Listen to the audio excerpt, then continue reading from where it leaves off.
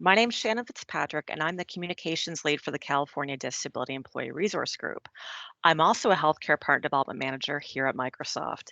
Now, today is a very special day for the California ERG because this is our very first live broadcast of social media. And for this first live event, we're very honored to team up with Support for Families for Children with Disabilities to provide an overview of life stages and resources for families with children with disabilities. Today, Joanna Van Breslin, Education Coordinator, and Prasant Nikapalati, Education Programs Director at Support for Families with Children with Disabilities, will go over before school age stages, resources in public and private schools, and tips for transitioning to independence.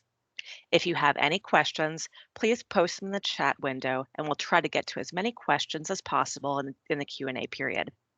Thank you very much, and Joanna and Prasant, over to you.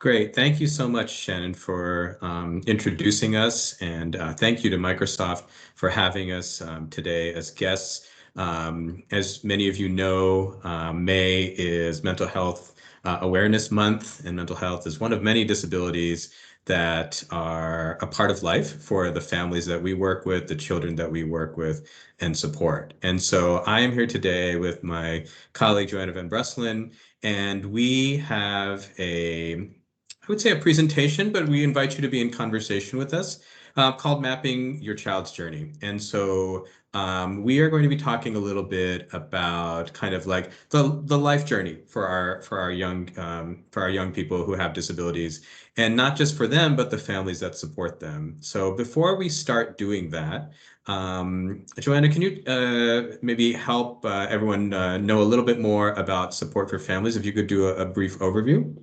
Sure, no problem. Hi, everyone. Thanks so much for joining us today. My name is Joanna Van Breslin. I'm the Bilingual Education Coordinator at Support for Families of Children with Disabilities. We are a family resource center located in San Francisco, and we have been around since 1982. And basically the whole idea around Support for Families is empowering families, offering information, resources, educating families on their rights and responsibilities when you do have a child with disabilities in your family. And so we offer support groups for families. We offer short-term social work and counseling. We offer an amazing phone line that's open Monday through Friday, 9:30 to 4:30. And basically any kind of professional or parent or family member that has a question or needs support around supporting a child with disabilities can call in, and our line is staffed by parents of children with disabilities who are also professionals. And so they're supporting families through the parent-to-parent engagement, and it's a really amazing resource.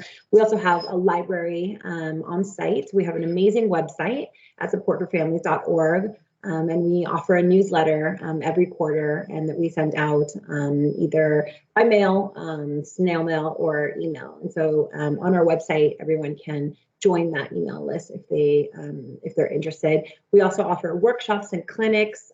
I myself do a lot of presentations for parents. We do a whole series throughout the year, and we basically offer around getting organized, asking the right questions.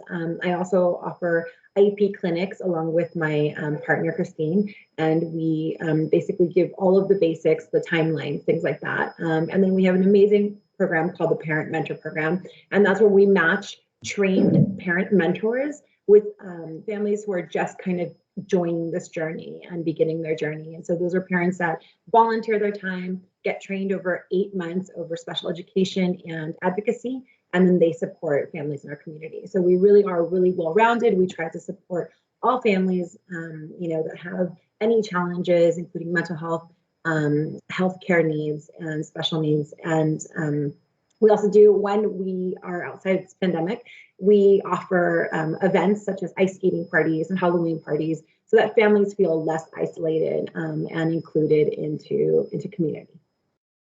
Great, thank you, Joanna. So again, today, we are here to provide a little bit of an overview.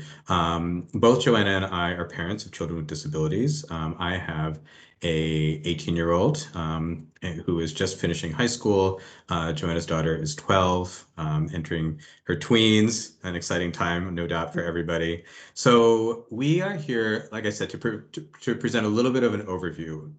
When we talk about the different stages that we're going to be covering, they aren't necessarily age-based, right? Some of us have children that were given a diagnosis pre-birth. Some of us have children that were given a diagnosis when they were 3. Sometimes disabilities aren't diagnosed until a young person turns into their teens or even into adulthood. So the stages that we're going to be talking about aren't necessarily stages that are linked specifically to a particular age. They're more about sort of a period in this process, in this journey. So let's take a look.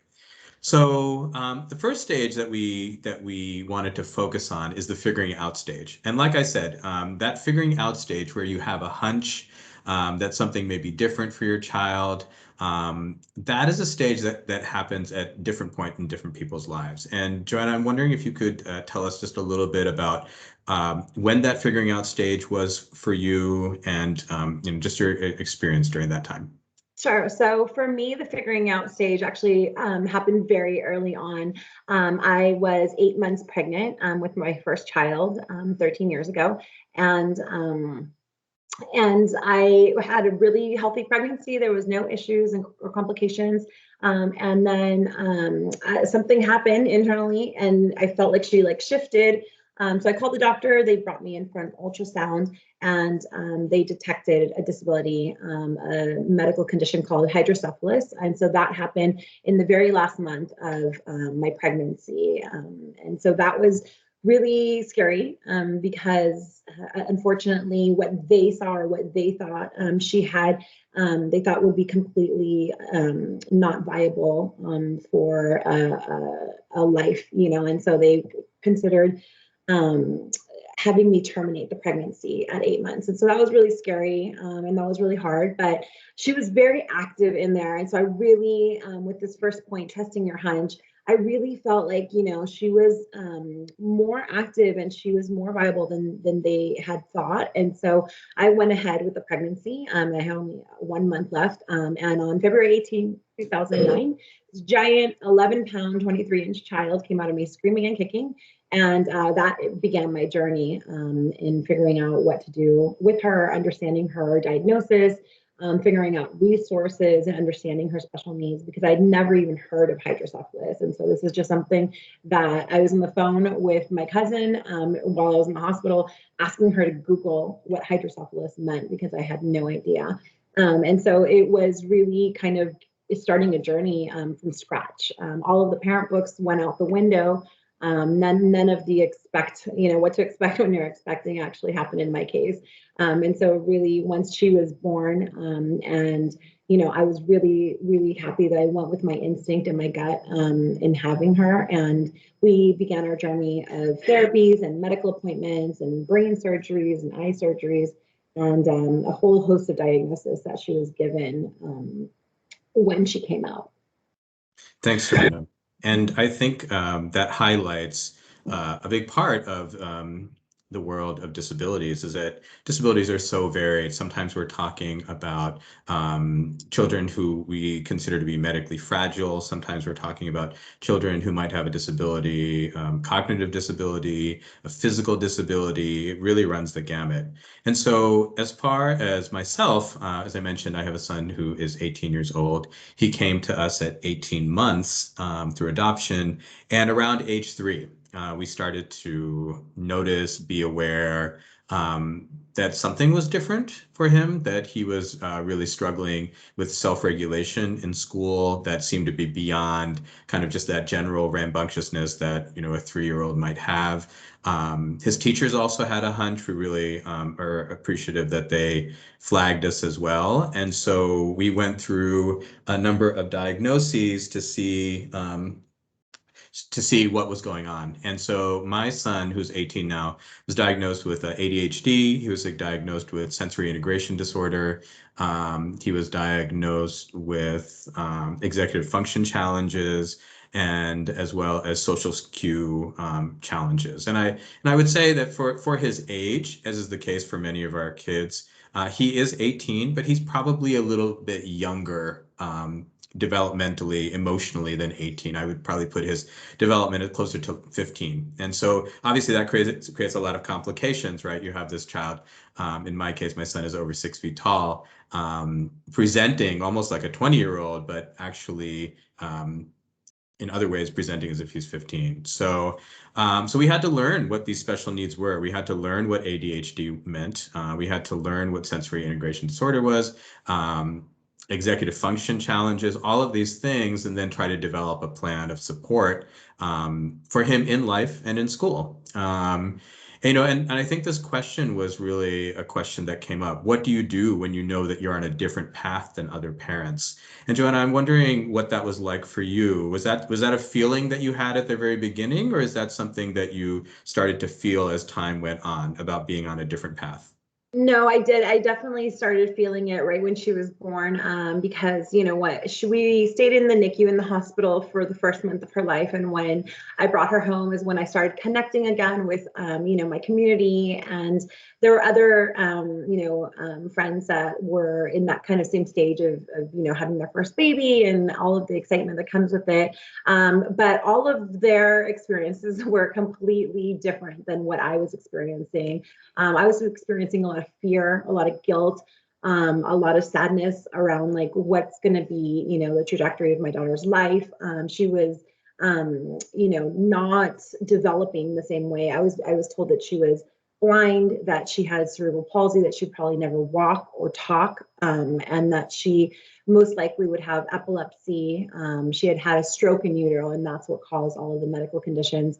And so, we were going, instead of going to hear music at the library, we were going to like therapies with a 1-month-old, a 2-month-old, and developmental therapy. I was having my child, do physical therapy when she was a tiny baby. And that's not the experience. My friends were all meeting at the park, and taking walks together, and talking about like how they didn't sleep. And I was, in and out of the hospital. And I was, having to really take care of a very fragile child because she had had brain surgery at a week old. And so just making sure that she was safe at all times, and that really limited, my interaction with other families as well, just because of her healthcare needs, and, having like around the clock appointments and things like that. So I definitely felt I was on a different path from the very beginning when she came into my life.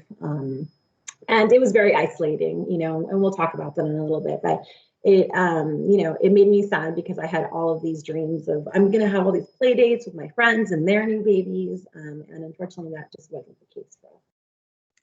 Thank you. Thank you. So this question obviously comes up for all of us who have children with special needs or special healthcare needs or disabilities. How did you feel when you first heard about your child's diagnosis? And again, Joanna, do you? I know you talked about it a little bit, but is there anything else you wanted to add about that first kind of moment where you learned that something was a little different? Sure. Yeah. I felt, I'm very independent and I'm a very strong woman. And I've always felt that way. And I've always felt like I could tackle any problem or any challenge.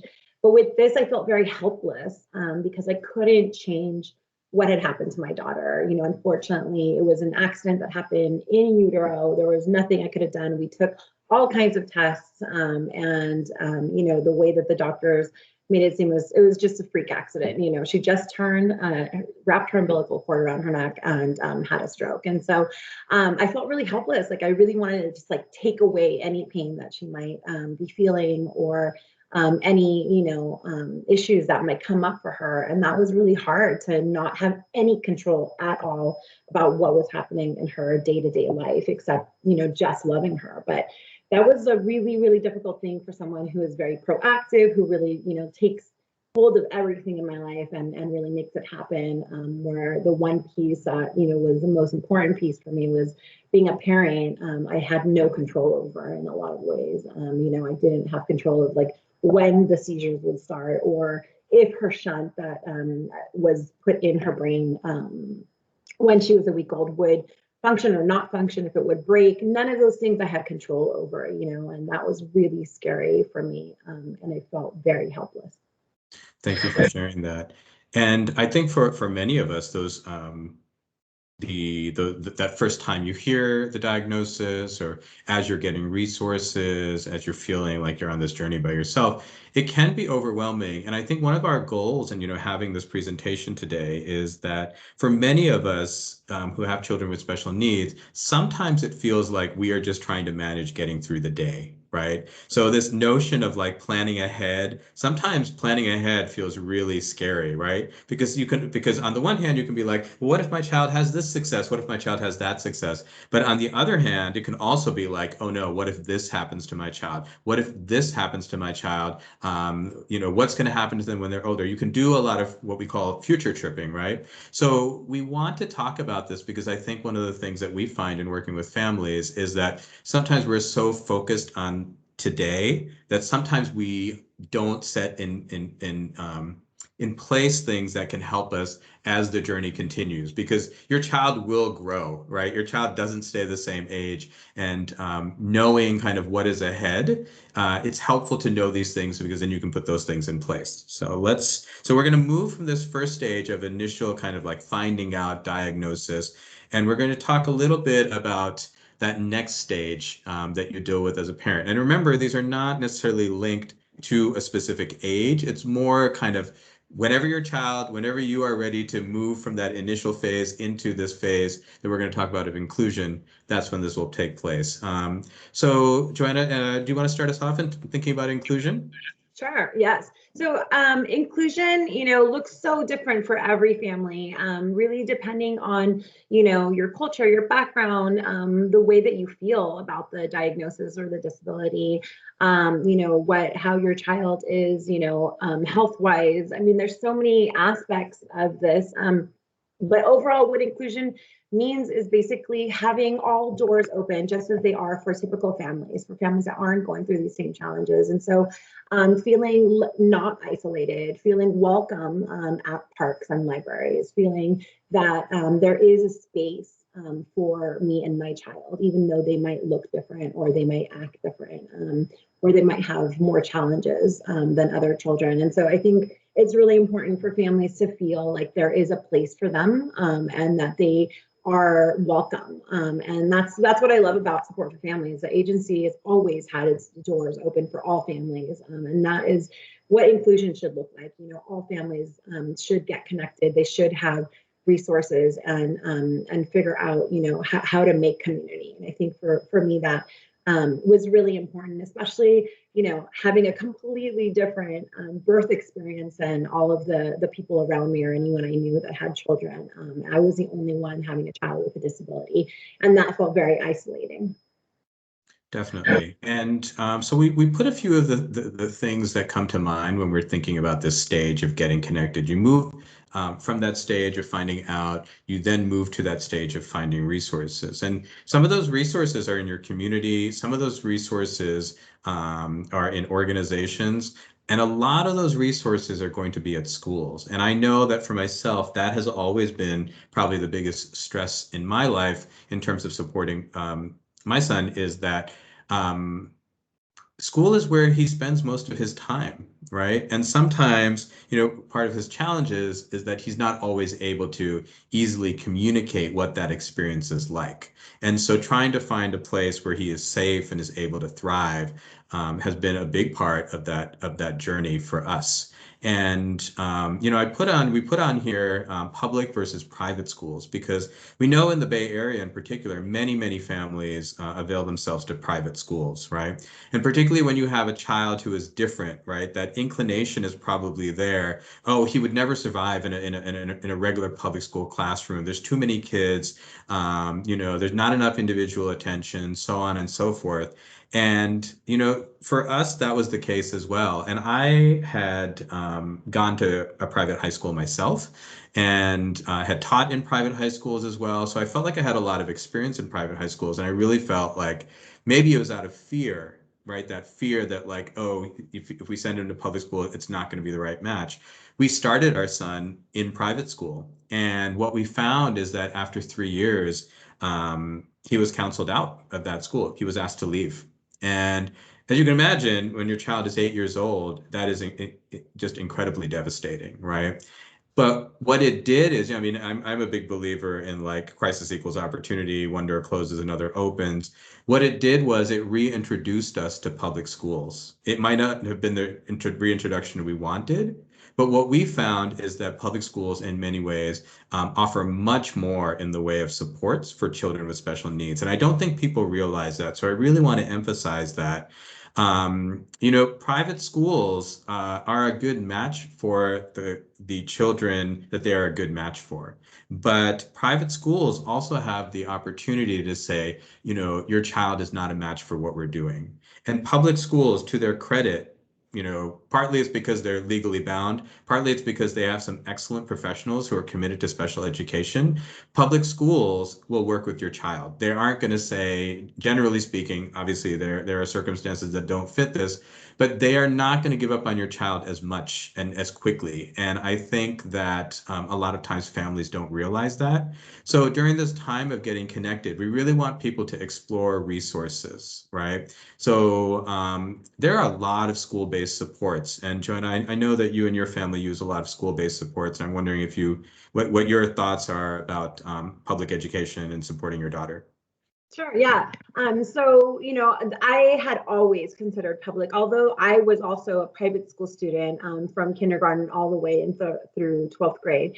You know, I knew I had really kind of educated myself around IDA, which is the Individuals with Disabilities Education Act, and around having an IEP, which is Individualized Education Program, in which that would address my daughter's individual needs and give her resources. And so I had started taking trainings when she was around 1.5, around educating myself, you know, about these things, because I always wanted to just kick down every door for her. I wanted to make sure that every opportunity that I had growing up, you know, that she would have, regardless of what disabilities she had. And so I knew public school for us was the way to go, because I knew that she could get into a special day class, which is a smaller, more individualized, a lot more attention classroom. And so that's actually what we started with when she was 3 years old. So we held an IEP meeting where we created this document that's a legal contract that basically makes, you know, schools comply with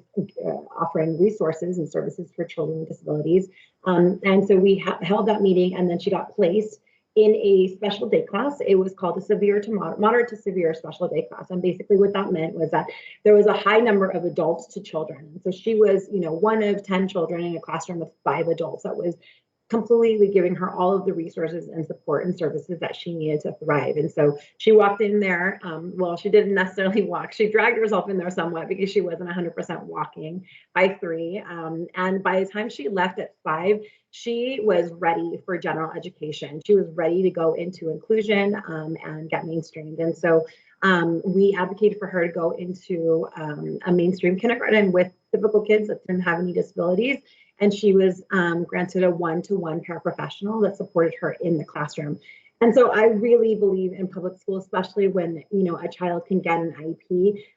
I'm a huge proponent that all students, you know, regardless of if they have a disability or not a disability, should have an IEP, because all students learn differently. You know, all children learn differently, and we all have our own needs. And so I think that having an IEP and, you know, having the accommodations, you know, that a child needs to be successful in school, having resources, you know, having modifications if that's needed for a curriculum, you know, having aides if they need it, having nurses on site. My daughter has active epilepsy, has seizures. The school is completely able to tackle that, you know, when she's in the school day. And so those things are so important, and those aren't necessarily things that all children are going to find in private schools. Private schools don't have to be held accountable to IDA. which is the federal law to protect students in special education. And so it really is up to a private school if they want to support that child or not, but all public schools will support a child in special education. And that's been our case. And we have had amazing teams from preschool all the way now. She's in 6th grade, finishing 6th grade in middle school in a public school. And again, we have an amazing team, in middle school that really has her best interest, that understands that she has a lot of potential, and they aim to see how they can maximize that potential, and educate her to the maximum extent possible with children without disabilities. And it's been a really great experience. And for those families who do choose to go to private schools, just because you choose to go to a private school doesn't mean that you can't avail yourself of services in your school district, right? Your school district can still do an IEP for you, but there is no guarantee, as Joanna is saying, that that IEP will carry over to your private school. It's actually a separate department in San Francisco School District that works with families who have children in private school, but are still provided some services through the district. So in addition to school, we spend a lot of time on school. The reality is that for many of our children, it's isolating. Their disability is something that isolates them. Their disability is something that isolates us as parents. They have a different path. Sometimes that disability manifests in social skills and social behaviors. And this is this time of getting connected, regardless of when your child has been diagnosed, where we want to encourage people to be looking for social skills groups, camps. I will say my son was kicked out of 3 summer camps before we found a summer camp for him that was focused on kids with social skills challenges. He could not function in a camp where there was not a high degree of structure. And many of us who went to summer camp know that it's a little bit like Lord of the Flies sometimes. And we really just hope that that the kids just come back to us in one piece at the end of the day. But those types of camps, they might have worked for me. Maybe they worked for you, Joanna, but certainly for our kids in particular, I think that would be really hard. And so I was just wondering, your own experiences, how have you ended your isolation or tried to end the feeling of isolation? What resources have you found to get connected? Sure. So as I had mentioned earlier, when I had my daughter, it was really challenging. I did feel very isolated, even though we have a huge support system around us. We have a lot of family and a lot of friends. No one understood what I was going through. And so when my daughter was 9 months old, I found actually Support for Families, the agency I work at now. I joined a support group there. I never thought I'd be a support group person. It just never felt like that was something that I would do, but it was the most amazing experience ever because I connected with people who were going through what I was going through. All our kids were totally different. Some kids, had other disabilities or other healthcare needs, or families just had suspicions that something was going on with their kids. But it was fantastic. Everyone was super supportive. Everyone understood, oh yeah, I have no idea. I have no idea what's going to happen to my child. I don't know, from day to day, what's going to be the outcome. I don't know if they're going to be accepted. I don't know if they're going to find friends, and these people were just amazing and really guided, my journey and really becoming a really strong advocate for my child, helping me find resources, helping connect me to, like you were saying, camps. I found this amazing camp, 2 camps that my daughter has really thrived at are Project Commotion in San Francisco and the Janet Pomeroy Center. And they both are completely different, but they both included my daughter, and they really helped her thrive as a human being, and helped her, end her isolation and feel included. And so those things were so important. And those are things that I found through the support group, through getting matched to a mentor. I think that a lot of times, we feel like we don't have time to talk to another person, especially when we're working parents. But I think it's really important to connect to other parents, or, people that are going through the same experience. I think that parent-to-parent experience is really important. I feel like it is what ends isolation and what makes you feel like you're being heard, and that people are understanding what your experience is, And so I think it's a really important thing to have someone, kind of supporting you, guiding you. When you're frustrated, you can call them and say, like, I don't know what's happening to the school district. They're not giving me the service. And they can, give you share their experience with you. They can connect you to a resource or refer you somewhere. And I think that's really important. I think it's a really important thing to feel that, there is someone in your corner and that there is someone that you can always ask, for guidance too. So I think mentorship is really important. I got a lot of really great mentors through the years, and the support group, has always been really near and dear to my heart. And I really, encourage families to go find, support groups, because I think it's a really good way to, vent. I remember I cried the entire first 2 hours that I ever joined the support group. I cried the entire time, and the families totally listened. They completely, gave me the floor for those 2 hours. And I finally felt heard, and that was, that lifted a big weight off my shoulders. And I felt like I can do this. Like, this is not something that's impossible. Like, I can do this journey, and I have the support to do it. And that was a really great experience for me.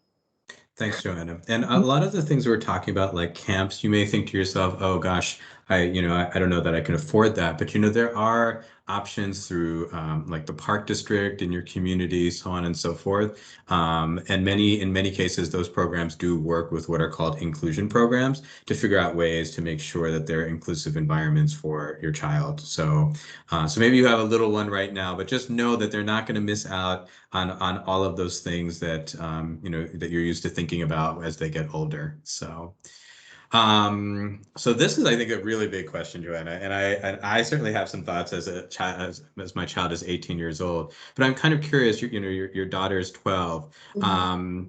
This question of how do I encourage independence for someone who I know will need support all their lives? What does that mean to you in the short term, and what do you think that means to you in the long term, and what do you think that means to your daughter? So, my daughter was diagnosed with all these disabilities at birth. We were told that she'd never walk or talk, and that just wasn't an option in our case. I said, no, I'm going to give her as much independence as humanly possible. She has been in 7 therapies since she was a baby, and she finally walked at 3.5. And she's been talking nonstop since she was a baby, so that never ended up being an issue for us. But she will need support for the rest of her life. I know that. And I try to see, year by year, like, what is it that she needs? What is it that she needs as a 12-year-old preteen, who's going through puberty? That's in 6th grade in middle school. Middle school can be really, really challenging, and there's a lot of bullying happening in middle school. And so I wonder, all the time, like, okay, what is it that she needs at this moment? And then what does she need to succeed, for the rest of her life? And so at this moment, it is a lot of like social skills, teaching her, practicing with her. She does a lot of talking, but she doesn't like to ask, questions. And so there's not a lot of conversations happening. And so practicing those conversation skills with her, having our whole family join in that, encouraging her to learn how to, ask questions and not just talk, and then giving her chores. Honestly, like, I've been giving her chores since she was 8 years old.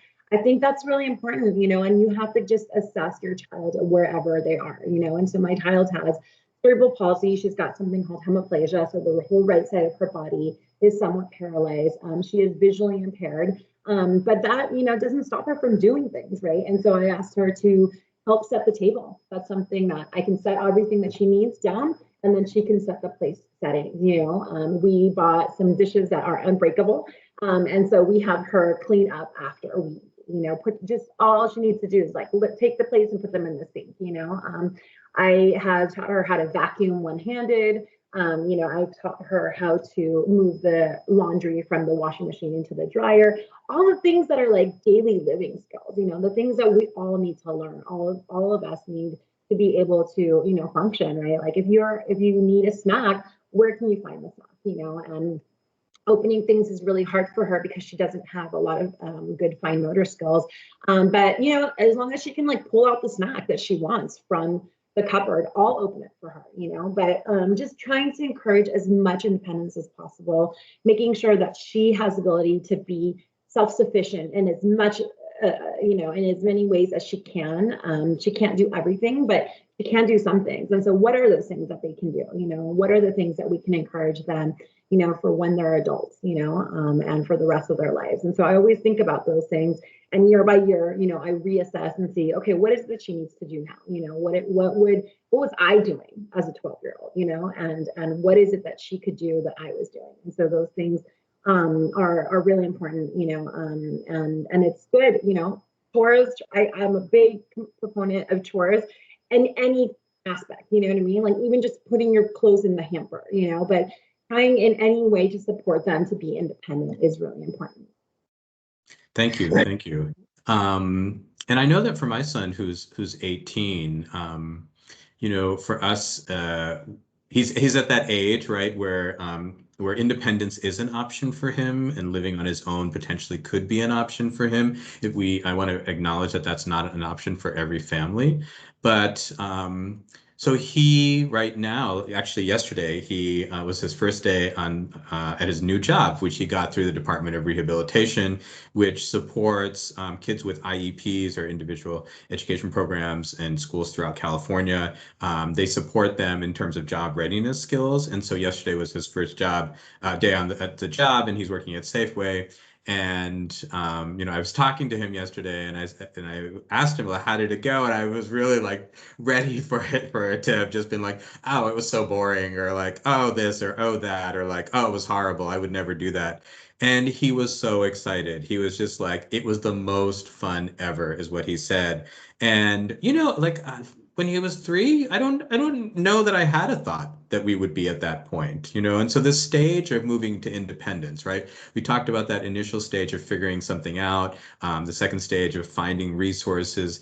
And then really it is this stage, I think, where we start moving towards recognizing that our children are their own creatures, right? So we are so used to taking care of them and feeling like we need to take care of them. But as they move into adulthood, they are adults. They may not present like other adults that we are used to, but if we really think about it, who does, right? But for our kids, there is a moment where we have to recognize that they become adults and that they have needs that are separate from our needs, and they have desires that are separate from our worries, and they have hopes that are separate from even our hopes. Even if we're feeling positive, their hopes could be very different. And so during this phase, we are, acknowledging that they're their own person. Parents should be thinking about, well, how are they going to spend their day? What are they going to be doing day to day?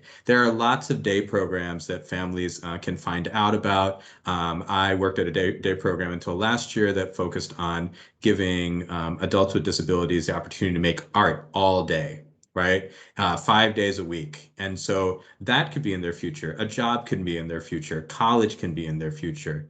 What does independence mean? What does conservatorship mean? Sometimes we have children who are not going to be able to make decisions for themselves, right? And it's a fine line, because there's a difference between making decisions that maybe we're not excited about and not being able to make those decisions entirely.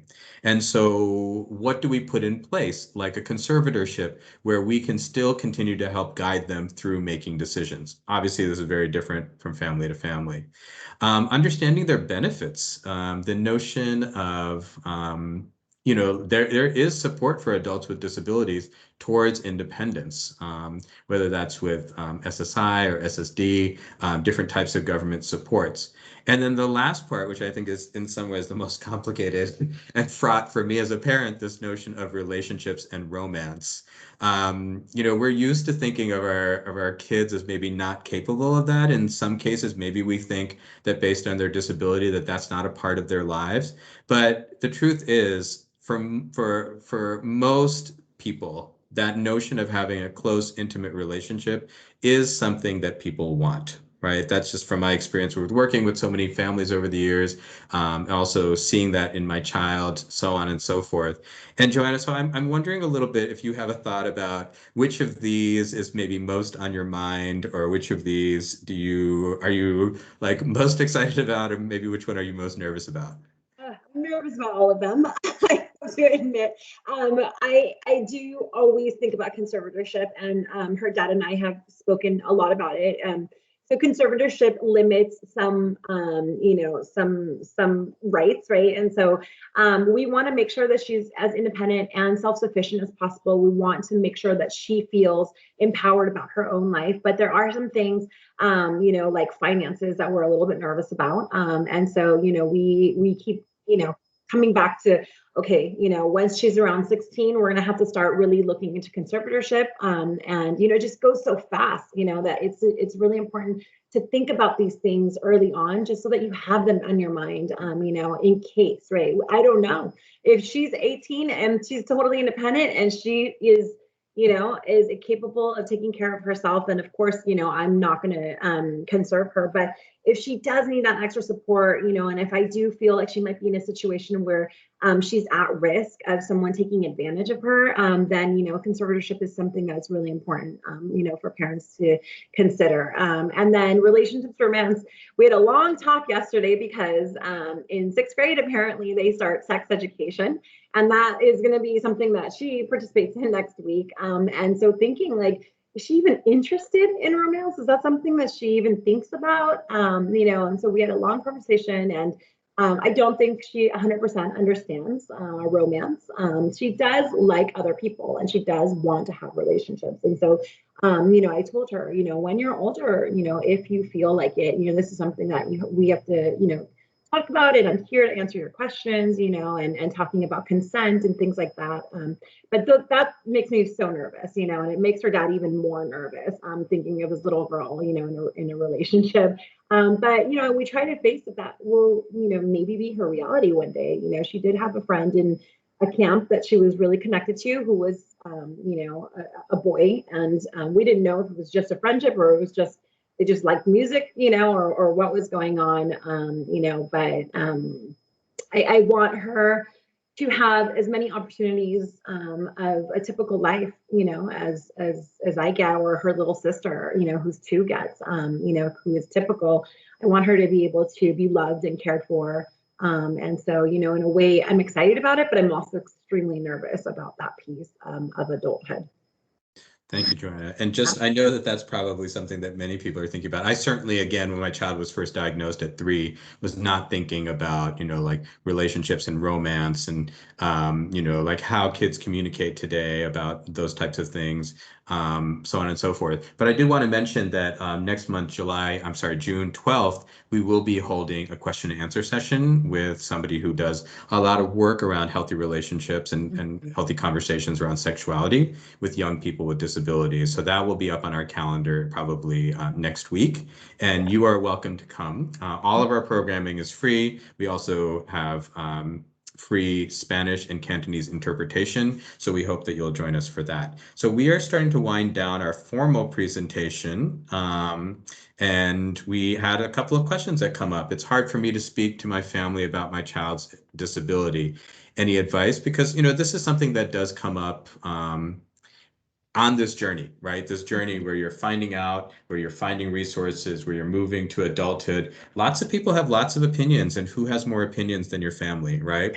And so, Joanna, any thoughts about families and disabilities and what your experience has been? Yeah, so I come from a Latino family from South America, and disability, is seen somewhat taboo still in a lot of Latin America and in a lot of families. And so, a lot of times you get the, oh, they're sick, idea. And, it is sometimes hard to keep explaining, they're not sick, they have a disability, but they're not sick. Like, she's capable of a lot. She has a lot of potential. And so, I think encouraging them to come to like workshops with you, trainings, I think that's really important, so that they can see. And I love that there are more and more panels of adults with disabilities or teenagers with disabilities who are sharing, like, look at me, I'm successful, I have a disability, but that hasn't held me back, and there's a lot of people who are very famous who've have many accomplishments, and they have disabilities. And so I think really trying to share that piece with your family, but also just like making sure that, you're taking care of yourself, right? Like it can be so, you can burn out so easily when you have to explain all the time over and over and over, right? And so I had a really great experience of just sharing a book, like handing a book all about hydrocephalus to like a cousin of mine, and them reading like, oh wow, okay, like there's so many things that she can do even though she's got this medical condition. Because I was just tired of having to explain it over and over. And I know a lot of families do, and so I think really considering what your culture is, what your background is, what kind of family you come from, and just only doing as much as like you're capable of too, right? Like you don't want to burn yourself out either because your child needs you and they are the sole focus. But really, I think also including your family, including your family in your child's life, like if they are doing there's this really great pageant called Miss Unlimited, and it's a pageant kind of just like spotlighting girls with disabilities, and it's amazing. It's all ages. I invited a lot of my family members, and they were just so excited to see my daughter on a stage singing, and everybody clapping and being excited for her. And so I think kind of trying to also, include your family to the greatest extent possible that you feel comfortable with is really important, and again, everyone's family is different, everyone's culture and background is different, and we really have to just see where we can meet our family at. And if we can't, then unfortunately, that's what it is. And they'll have to just see, the successes and your child thrive, from the outside. But I think as much as you can include your family, that is really helpful in letting them understand, like my child is capable. My child, I have high expectations for my child, and my child is able to, to have a wonderful life, and if you want to be part of it, that would be fantastic. Thanks, Joanna. So in this last slide, I think we have one more slide with some resources, but we want to make sure there's a few time for a few questions. Some other things. I'm going to just go through this slide quickly because this is really just some things that I think have touched on during the presentation. Definitely this notion that like every child and every family is unique. Your cultural background influences how you look at disabilities. Like in the Indian community where from which my family is from, disabilities are liabilities, right? And so I have to kind of like deprogram that as I'm looking for resources for my child and supporting my child. But every child, every family is unique. None of the things that we talked about are going to work for every child, but we wanted to highlight some of these things because we know that they do come up over and over in conversation. The role of grief, I think, is an important part of this journey. And Joanna and I have talked about this, like, it's not just in grieving, there are these like, is it 12 stages of grieving or 10 stages of grieving, something like that, where, it's kind of like, well, first you do this, and then you go through this, and then you go through this, and you go through this, boom, and you're done. And the reality is that for many families, grief is a part because many times you are grieving kind of the life that you had hoped your child would have, maybe even the life that you had hoped your family would have with your child. And that is something you deal with. And for some families, it doesn't just finish, right? Sometimes it will come in this wave and you might even be caught unawares. You might feel like, oh my God, everything's going well. Why am I suddenly feeling this sadness again? Because grief is tricky that way. And we fully believe that all children can thrive and be successful in life, and and what that success looks like might be different. But we also know that along the way there are things that don't go the way you want them to go as a parent, that things that will go the way you don't want them to go for your child. And grief and grieving can be a continuous process. This notion of future tripping, it's very easy to go down that spiral, like your child is I'm trying to think, like, you get a call because your child had some problem with dysregulation and wound up like hitting a kid at school because they were playing tetherball, and your child, it's like the one time that they feel successful and they were just going kind of they were having so much fun, but they, whatever it is, and you're sitting there with your 8-year-old child and you're just like, how are you going to make it in life if you can't, share the tetherball, and the truth of the matter is, it's like, They will. They will make it in life. And that thing that is happening that day, treat it as the thing that is happening that day. Your child, when they're 18, hopefully will not be having the same problem with tetherball. We can't guarantee it, but generally speaking, I'll speak from my own experience. My child is not having problems with tetherball at 18 that he did at 8, right? And maybe the last thing we want to leave you with is that a lot of times disabilities can feel even maybe in the way we've been talking about it, like this kind of anchor in your family's life. And the reality is that there should always be room for joy. There should always be room to acknowledge that your child is different, that they're not damaged, that they are capable of joy, you are capable of joy as a parent, and that you can have joy in your life. And so that's something that we really want people to be thinking about as we close with just some of these resources that we have on this page. Um, so there are so some of these resources. Joanna, do you think you can do like a quick recap of the resources that you put on this page? Yeah. We just have a few minutes. Services is a program through the Department of Healthcare in California, and it covers all California, and it basically supports children under a certain eligibility. There's 13 types of eligibility criteria that they can fall under, and it's basically usually neuromuscular disabilities are the ones that get the services. They have a medical therapy unit, they have physical and occupational therapy, and they can act as a secondary insurance coverage. And so that's really great. My daughter's always had that. Regional centers are all over the country, and that's through the Lanternman app. And so that is basically covering any services or supports that families need above what a typical family would need. And they have 5 different criteria for that, and they have them through stages. And so it's like 0 to 3, and then the childhood, and then going into adulthood. And regional center can stay with an adult with a disability their entire life, and they can offer housing and all the supports that they need to be independent. And then Medi-Cal is something that people with disabilities can qualify for, children with disabilities can qualify for. And it's important, to have that kind of insurance coverage, especially for, very special healthcare needs, like my daughter's, that she has epilepsy and hydrocephalus. So Medi-Cal has, paid for all of the emergency visits, the comas that she's been in, all of the, ambulances, things like that. And so Medi-Cal is really important. We put the website so it's really easy to access them. And if you have any questions, our agency Support for Families can guide you or support you with any of that. Great, thank you. So, so Shannon, we want to maybe turn things back to you to see if there's any questions that people are putting in chat, or if you have any questions for us.